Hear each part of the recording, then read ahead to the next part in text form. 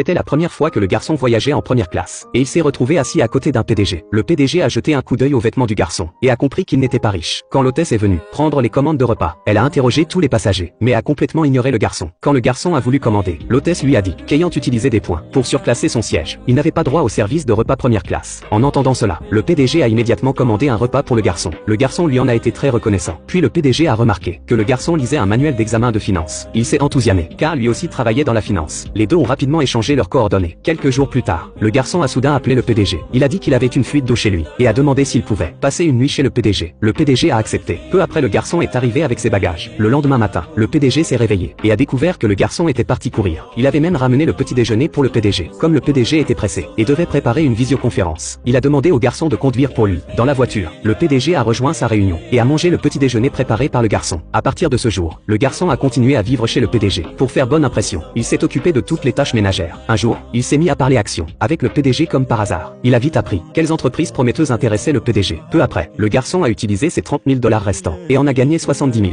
Le PDG a pensé que le garçon devrait investir encore plus. Le garçon a suggéré qu'il pourrait utiliser son compte pour trader et après avoir fait des bénéfices, il en reverserait une partie au PDG. Comme le PDG travaillait dans la finance, il n'avait pas le droit de trader des actions lui-même et les comptes de sa famille étaient surveillés par la banque. L'idée du garçon a complètement attisé la cupidité du PDG. Ils ont rapidement créé un compte commun, bien que le compte soit enregistré au nom du garçon. Avec son identité, le mot de passe était défini par le PDG, qui gardait aussi la carte bancaire. Grâce à cette méthode, ils ont vite réalisé leur premier gros profit. Après chaque transaction, le PDG vérifiait secrètement l'historique de connexion du compte et constatait que le garçon ne s'était jamais connecté de son côté. À ce moment-là, le PDG s'est mis à lui faire entièrement confiance. Quelques mois plus tard, le PDG s'est réveillé et a découvert que le garçon était parti. Bien que le petit déjeuner soit prêt sur la table, le téléphone du garçon était injoignable. Le PDG a immédiatement senti que quelque chose n'allait pas. Il a ouvert un tiroir dans son bureau et a trouvé un mot qui disait: n'essaie pas de me retrouver. Je connais tous tes secrets. Quand le PDG a tenté de se connecter au compte avec la carte bancaire, il a découvert que le compte n'existait plus. Il s'est rendu à la banque pour régler ça, mais on lui a dit qu'il fallait la pièce d'identité du garçon. Cela signifiait qu'il ne pourrait jamais récupérer les 20 millions de $ sur le compte.